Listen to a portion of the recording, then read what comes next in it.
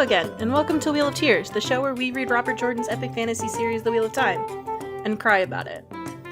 I'm MK, and I'm here with a second preview mini-episode before the grand premiere of our first real episode, which is coming to you next week. In this preview, I've included a segment about point of view that I had to cut from episode 1 because it was running a little long. There's also some shipping talk, a very minor spoiler of the "this character will return at some unspecified point in the future" variety, and we establish the consequences that will befall my co-host should he spoil anything else. Also, as a warning, the audio quality will change at a few points during the episode, as some clips are recorded either before or after your hosts got better equipment.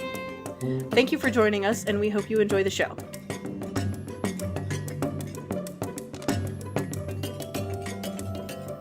After our prologue, we jump forward about 3,000 years and arrive in Emmons Field, where we meet Rand and his dad. The coolest dad in the world. Yeah, I kind of love him a lot. Yes. To make you feel better, Tam does show up again later on in the series. Okay. And becomes... You gotta stop doing that. I know, but I want to make you happy, so I don't want you to think, oh, Tam, I love him so much, and I'm never going to see him again. It's like, no, honey, you'll see him again.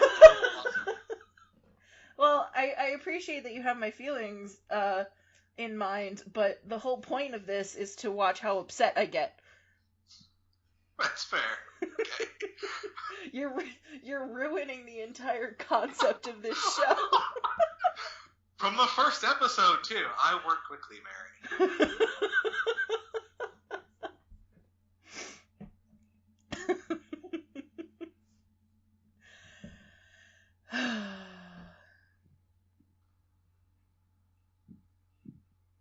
Alright. Okay, I'm looking at the map right now, because I had a question, and I didn't want to ask it out loud, because it might be stupid. There are no stupid questions, Mary, only stupid people. Yeah, but I don't want people to know that I am a stupid person. If anyone ever thinks that, I'll just quietly, after I hit them, I'll quietly explain that you do all of the technical stuff behind this, so you are not dumb.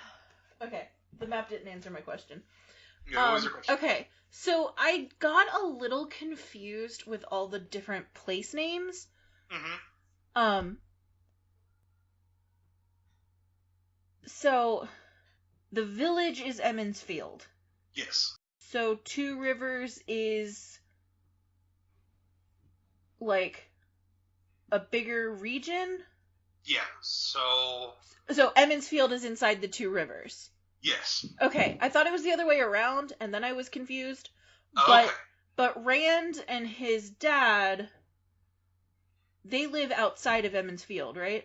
Yeah, they live in one of the outlying farms. Okay. So not really out far. Yeah. Okay.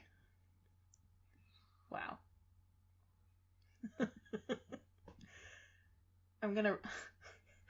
This is gonna be like the smart one who has read this before and the dumb one who is barely comprehending what she's reading.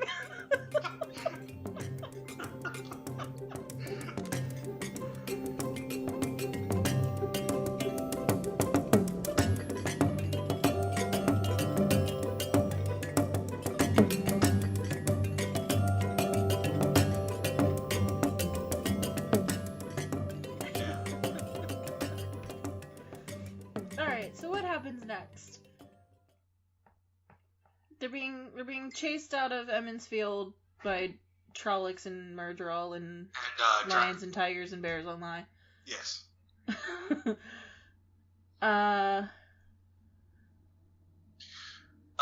One question about when we do the synopsis. Should we point out all the steps on the road to, hey guys, Rand can channel? Yes. Okay. Because when they're being chased out of the Two Rivers, this, we later learn, is the first time that Rand uses magic. Right. That's, he's writing Bella. Or Egwene is writing Bella. Egwene is writing Bella. He's writing, Cloud? Yes. And, like, he's, like, pushing the horse, like, extra fast. Yeah. He hits the NOS button on his horse. Yes. Also, I know that I shouldn't think this, but every time that they describe that horse of Cloud, I am literally imagining him riding Cloud Strife from Final Fantasy VII. just on his back, you know, the reins are Cloud's spiky hair. Just good, yes. Yes. I approve of this. Yes. Also, Bella is the most important horse in the world. Is she? Yes. All I know about Bella is that she's really cute and adorable, and she may or may not be God. She may or may not be God. It's a strong fan theory that Bella is the creator. Are you serious? Like, you're not just... You weren't just joking? Am I joking? But I am, however, deadly and absolutely serious when I say that Bella is the most important horse in the world. Okay. I believe you. Yes. Yes. It's also cool when they describe this because when he's channeling to help Bella keep up and stay fresh, the text describes his bones as feeling like they're freezing and burning at the same time and cracking open. And when you're first reading it through, you just assume that Rand is being dramatic because he does that. But later on, you'll notice this is how he will always describe seizing Saidin. So it's interesting to see these little touches as they go through, where when you look back on it once you know the twist, just seeing all the moments that he does this. And this is one that's specifically called out by Moiraine when it all comes out. But there are other moments throughout the book where Rand unknowingly channels. And you'll kind of see this like yellow brick road throughout the book.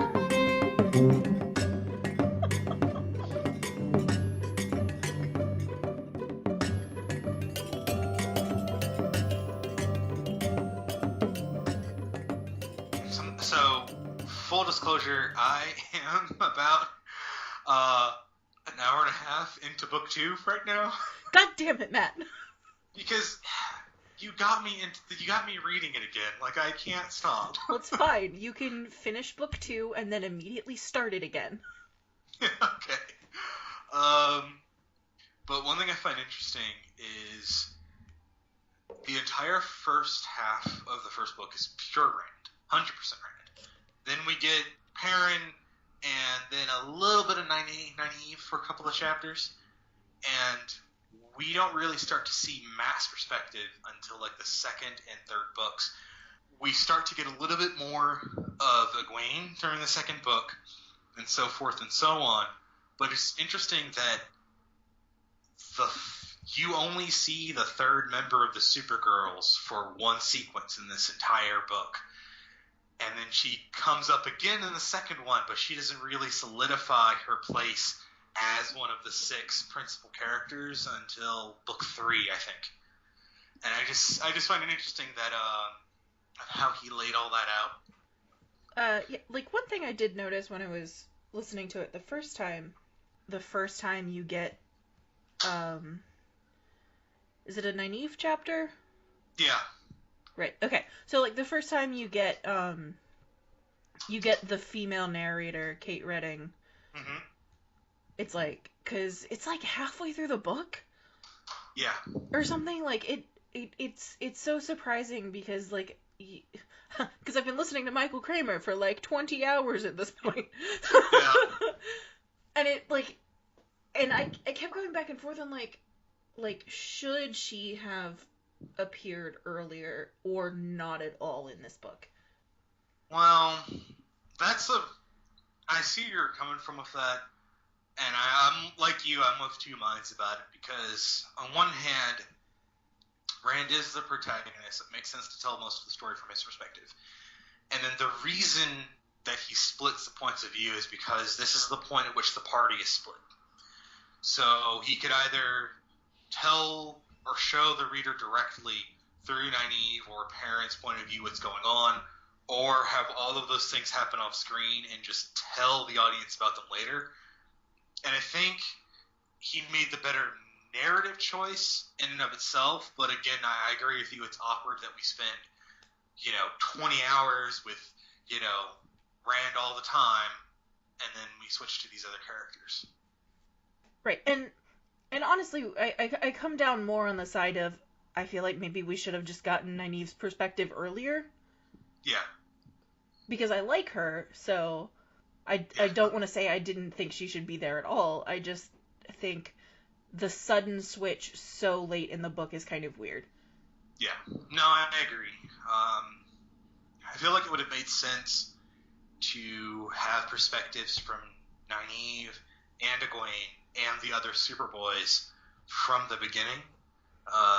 So kind of shorten that initial section with Rand, introducing everyone into bits of show us how Matt and Perrin saw the Black Rider, which we later learn is a Myrddraal. Show us that first meeting with Nynaeve and Moiraine, which immediately sets Nynaeve off, which is not that hard to do, admittedly. Yeah, I do think that he approaches points of view in a much more egalitarian fashion as the books go on and, things get started.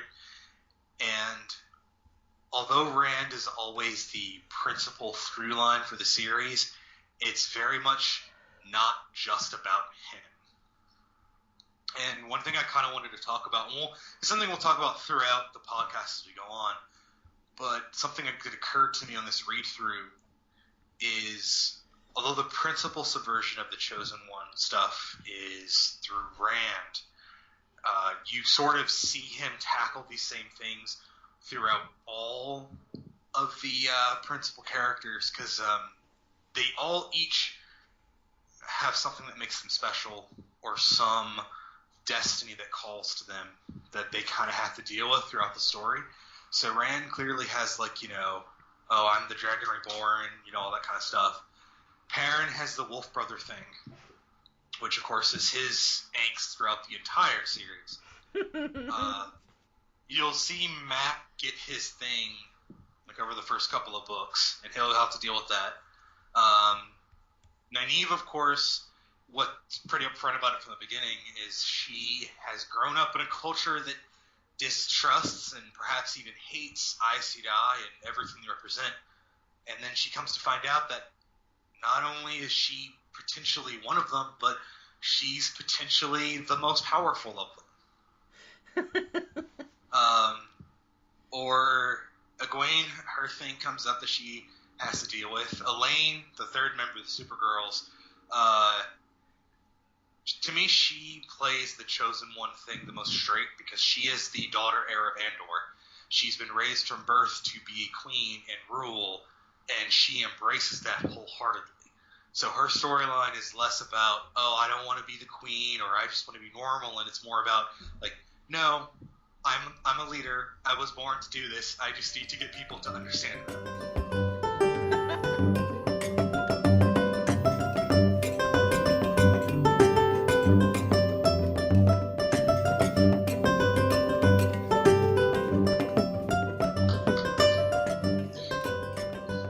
Also, I appreciate that your favorite Superboy is Perrin.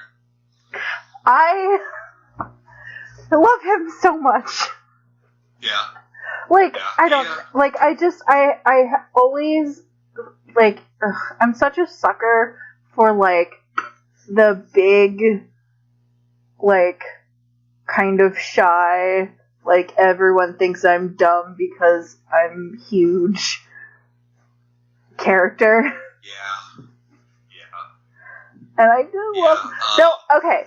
So I feel like this chapter that I'm currently on, which I think is like 25, I feel like he's trying to make me ship Ferret and Egwene, and I don't like it.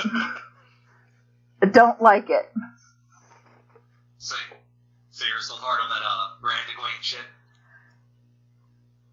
I mean, a little bit, but like, it's not so much that I ship her with someone else, it's just that I just actively do not ship her with him. Yeah. Not that when I was listening to it this time, there is definitely some shit tease between them, but it doesn't come up again. Stop it! And I'm kind of curious if it was just... Alright. I will say without spoilers... Okay, so I'm gonna find, like, a change, sound effect, and every time you say some shit to me that you're not supposed to tell me, you owe me money. Okay, alright.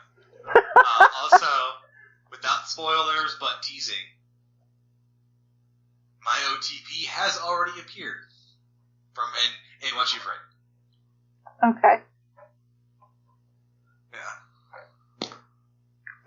Who was it that you said that you were kind of shipping?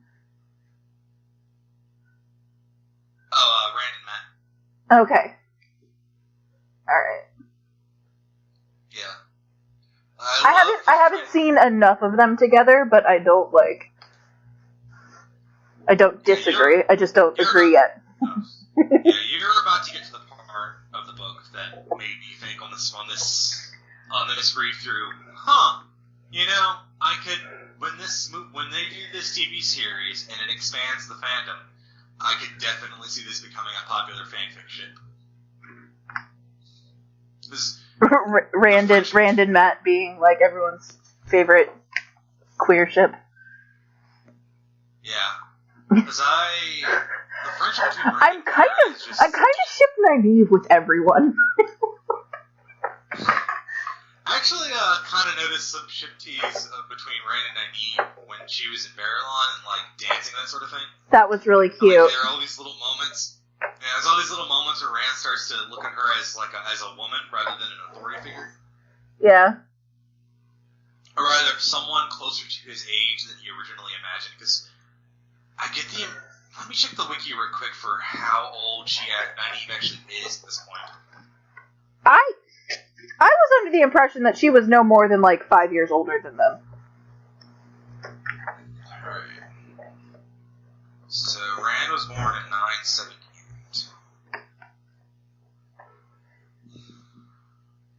Wow, you were right on the money. She is exactly 5 years older than Rand. Boom! Yep. So, she is currently... So she's 25 at the first book. 25.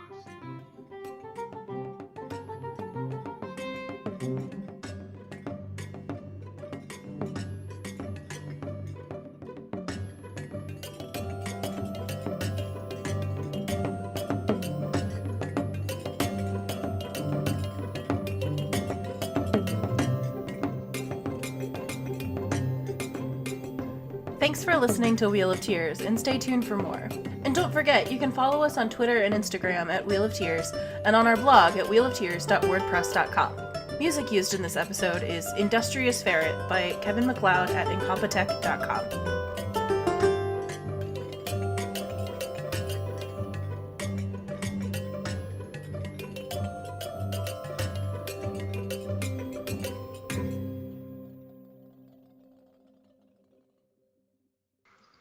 So what are we doing, Matt? We are doing a multifaceted, detailed analysis of the Wheel of Time series by Robert Jordan, focusing on its characters, themes, and plot structure, the social context in which it was created, and the social context in which it currently exists. Well, that sounds exciting.